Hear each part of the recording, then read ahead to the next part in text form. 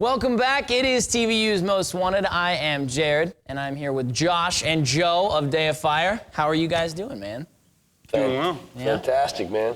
I'm a little tired today, but from what I hear, you guys have been doing a lot of driving, and I don't have any room to be tired because you guys haven't got much. No, you can be tired, man. Okay. It's okay. We can all be tired if you want, Right. man. I just can't complain about being tired because you guys have probably got far less sleep than I have. Maybe. Does zero count as far less? Yeah, zero is on that scale pretty low, considering I had like 7.5 hours of sleep. It's probably not. Yeah, don't complain. I haven't slept in like 4 weeks. 4 weeks, No, huh? I'm lying. It's got to be some kind of record, man. Yeah. You should call Guinness on that. Yeah, I'm going to do that. For sure. So you guys just had a new album come out, man. Losing All came out in January. How's that been going? Man, it's going great, man. We just started touring on that record about a month ago, man, and we're having a ball, man, getting to play all over the United States, playing for new and old fans alike, man. It's been great. Cool. Now, it's been a while since a new Day of Fire album has come out. I mean, you guys, from what I remember, you guys were recording new stuff for this album back in the fall of like '08, right? Sure. Tell me a little bit about that. Like, how long you guys were in the studio, you know, how the release process went, like getting to actually releasing the album. Sure. Yeah, I mean, well, it's been about 3.5 years since our last album came out, and we've gone through a lot of changes in the meantime. Changed management, left a record label, got a new record label.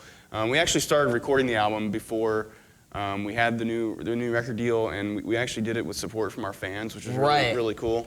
They helped us to fund the album, and we actually recorded the album on our own with our producer, who his name's Rogers Masson, and he just really believed in it, and so the 5 of us got together and just recorded this album outside of Nashville, Tennessee, and then we hooked up with the label.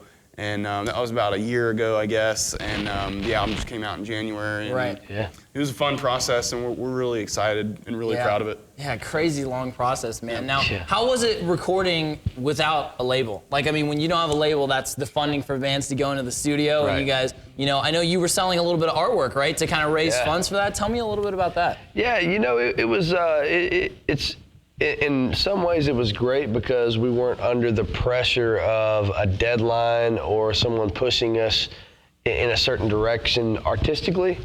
But you know, at the same time, the funding wasn't there either. That's an important part, right? It's a big deal. But man, like straight up, God provided, man. You know, I got the idea to start painting drum heads and painting pictures to sell, to promote the record, and man, people bought them, man. You know, that's awesome. And I still, it helped me out, man. I'm still painting to this day, man, because I found a love in it. You know. That's awesome. We were talking about you guys getting some funding for the new album, no record label, and you just picked up painting as like a hobby to, you know, kind of raise some money for the new album. That's crazy, man. Yeah, man. I tell you, one of the things that really pushed me to go forward with that is.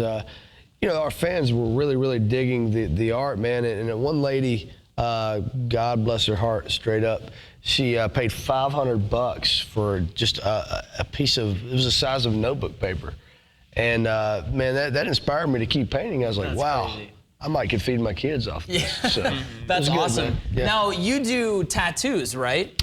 I did, yeah. I'm a young tattooer. I've been tattooing professionally about 2 years. Okay. My brother has been tattooing for 20 years. He's a tattoo artist. I'm just an artist, man. I paint, I sing, I draw, but tattooing is something that I dabble in also. Right. Now, is that something that you picked up as well, like around that time you started painting, or is that, you know, have you been doing it for a long time? Well, I started back when I was 19, right before I started pursuing music professionally.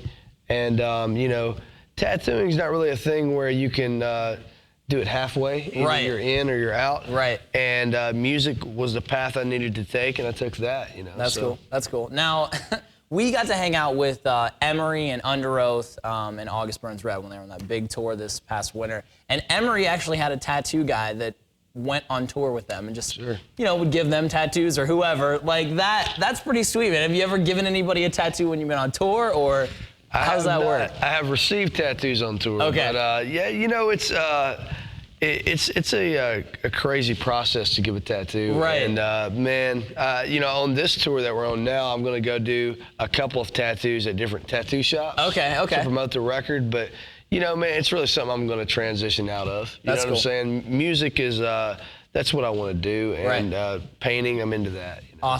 Awesome, man. Now, when you guys were in the studio, I saw some of your video updates that you posted on your MySpace, and apparently you were growing some mustaches. While who was the best at that? How did you come up with that idea, the studio stash? Yeah, the studio stash. I don't know. It's just one of those weird things when you're like cooped up in a studio. The studio where we recorded it also had some living quarters, so we stayed there some nights and stuff. So when you're cooped up that long, you come up with weird ideas.